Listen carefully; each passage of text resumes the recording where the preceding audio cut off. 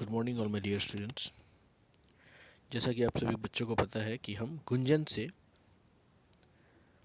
Chapter number 15 तीन शर्तें कर रहे थे, जहां पर मैंने आपको बताया कि किस तरह गोपाल भांड से सभी जो दूसरे मंत्री थे राजा के, सभी जलते थे, ईर्ष्या करते थे, जेलसी करते थे। तो उसी कारण चंद्रभानु एक नाम का एक मंत्री जो कि उससे बहुत ज़्यादा ईर्ष्या करता था, उससे गोपाल भांड से एक शर्त लगाता है कि अगर तुम राजा का कुर्ता उतरवा तो मैं तुम्हें 500 रुपये दूंगा, और अगर ना उतरवा सके तो तुम मुझे 500 रुपया दोगे। तो उसी बहस के चलते हुए मैंने आपको यहाँ तक इस कहानी की जानकारी दी थी। तो चलिए आगे हम जानते हैं।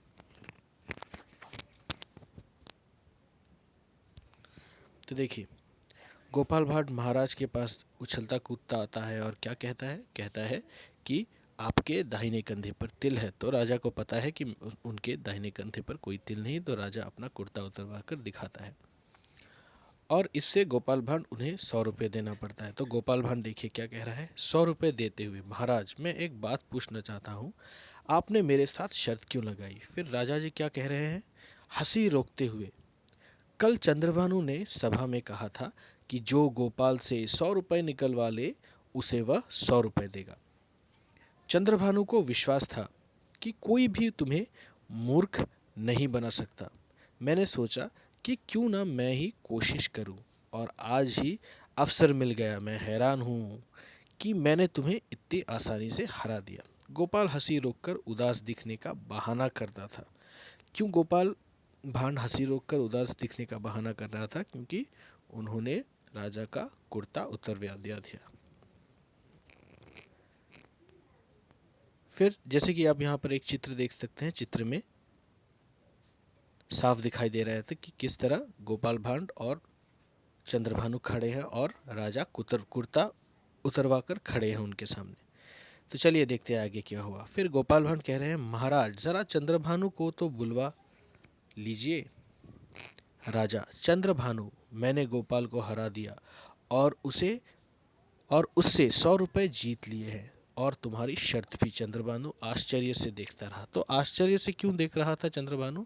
क्योंकि चंद्रभानु ने गोपाल भांड से शर्त लगाई थी कि अगर तुम महाराज से उनका कुर्ता उतरवा दो तो मैं तुम्हें 500 रुपये दूंगा। तो वह आकर देखता है कि महाराज उनका कुर्ता उतरवा चुके हैं।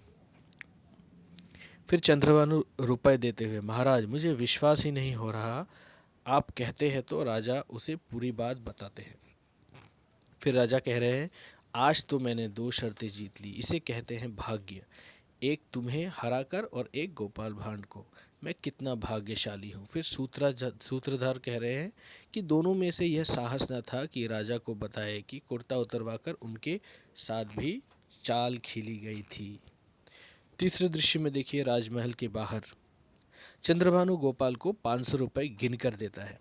फिर चंद्रभानु उदास होकर कह रहा है, देखिए, कि आज मैं 2 शर्तें हार गया और 600 रुपये भी कुछ कम नहीं होते। हाय मेरे 600 रुपये गए। तो यहाँ पर दिखाया गया है कि चंद्रभानु किस प्रकार अपनी बेवकूफ़ी के कारण